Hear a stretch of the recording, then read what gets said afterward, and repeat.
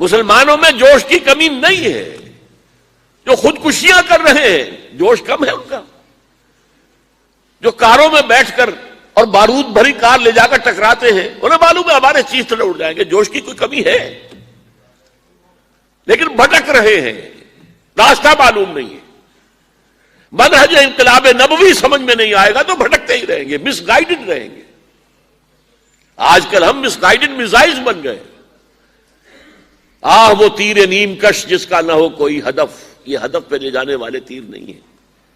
ہاں انسان اپنی نیت کا اجر اللہ کے ہاں پالے گا، لیکن یہاں نتیجہ نہیں نکل سکتا سوائے منہج انقلاب نبوی کے۔ اس کتاب کا مطالعہ کریں، اور اس کا جب مطالعہ کر لیں تو پھر اس کا خلاصہ بھی دوبارہ پڑھ لیجئے۔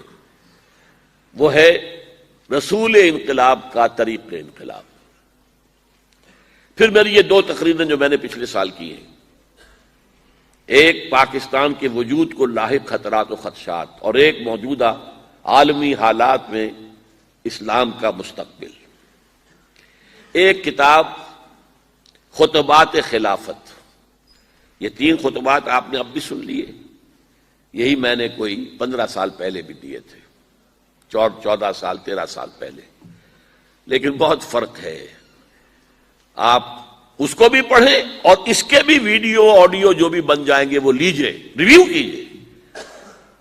کیجئے اور تنقیدی نگاہ سے ریویو کیجئے، اور مجھ سے اختلاف ہو تو مجھے بتائیے، میں آپ کا احسان مانوں گا۔ اور پھر اس کے بعد استحکام پاکستان نامی کتاب، یہ چند کتابیں ہیں جو میں چاہوں گا، کچھ چھوٹے چھوٹے پمفلٹ ہیں، فرائض دینی کا جامع تصور، بیعت کا نظام، یہ کتابیں پڑھ کر اور پھر اگر مجھے آپ اس قابل سمجھیں کہ مجھ سے آ کر بات کریں تو میں آپ کا احسان مند ہوں گا، اور پھر اس کے بعد فیصلہ کیجئے تنظیم میں شمولیت کا۔ تنظیم اور اس تحریک کا تعلق کیا ہے؟ دیکھیے، تنظیم کا نام تھا مسلم لیگ، تحریک کا نام تھا پاکستان، تحریک پاکستان، تحریک پاکستان، تحریک پاکستان۔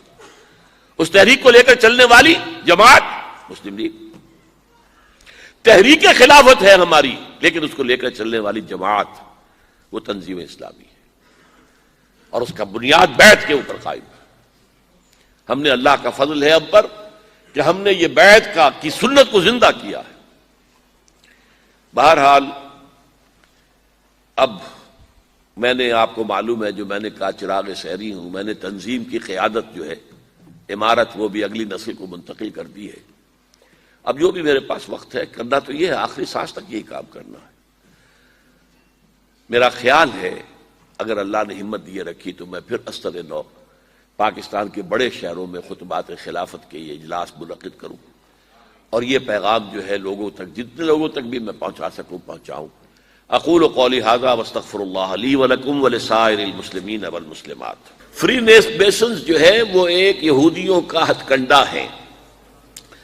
یہودیوں نے 1776 میں سب سے پہلے ایک ادارہ قائم کیا تھا، دی آرڈر آف ایلومیناٹی۔ اس آرڈر کے ذریعے انہوں نے یہ کیا کہ پوری دنیا میں جہاں انہیں ذہین آدمی نظر آیا انہیں امریکہ بلایا، یہ فورڈ فاؤنڈیشن کا اسکالرشپ ہے، یہ فلاں ہے، یہ ہورڈز کا ہے، یہ اس کا ہے، آؤ۔ اب لوگ کھینچے کھینچے جا رہے ہیں، وظیفہ مل گیا، وہ تو جو ہے پھولے نہیں سنوارے، وظیفہ مل گیا۔ وہاں لا کے ایک تو ان کی برین واشنگ کرو، ایک انہیں سیکس سکینڈلز کے اندر انوالو کر کے ان کی فائلیں اپنے پاس رکھو، جہاں وہ واپس جائیں گے تو یہی رول کریں گے اپنے ملکوں میں، یہی اونچی حیثیتوں میں ہوں گے۔ امریکہ پلٹ ہے، امریکہ سے پڑھ کر آئے، اب تو خیر امریکہ پلٹ بے شمار ہو گئے، لیکن یہ میں اس وقت کی بات کر رہا ہوں، اور یہ ہمارے مٹھی کے اندر ہوں گے، ہم جو چاہیں گے کرائیں گے ان سے۔ یہ تھا دی آرڈر آف ایلومیناٹی 1776۔ پھر انہوں نے بنایا فری میسن کہ تمام ملکوں کے اندر جو اوپر کی ایلیٹ ہے ان کو اس طرح کے ایک ادارے کے اندر باندھ لیا جائے، اور اس میں پھر کئی کارڈرز ہیں، نیچے والوں کو اوپر کا پتہ نہیں ہوتا، اس سے اوپر والوں کو اس سے اوپر کا پتہ نہیں ہوتا، اور اس میں لوگوں کو پتہ نہیں چلتا کہ ہمیں کون یوز کر رہا ہے، اور لوگ یوز ہو جاتے ہیں۔ Kemal Ataturk was a freemason, اور وہ یہودیوں کے ہاتھ میں کھیل گیا۔ اسی طریقے سے آپ کو معلوم ہے کہ شاہ فیصل شہید ایک ہی ابھرتا ہوا ستارہ جو ہے عرب ممالک میں سے ابھرا تھا، اسے قتل کرایا کس کے ہاتھوں؟ بھتیجے کے ہاتھوں.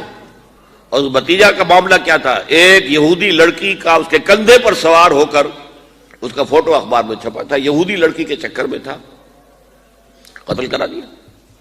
یہ ہیں یہودیوں کے ہتھ کنڈے. خليل بالقرآن هو إمامنا على هداية الله آمتنا كلام ربنا هدايتنا عطاء جبريل على رسول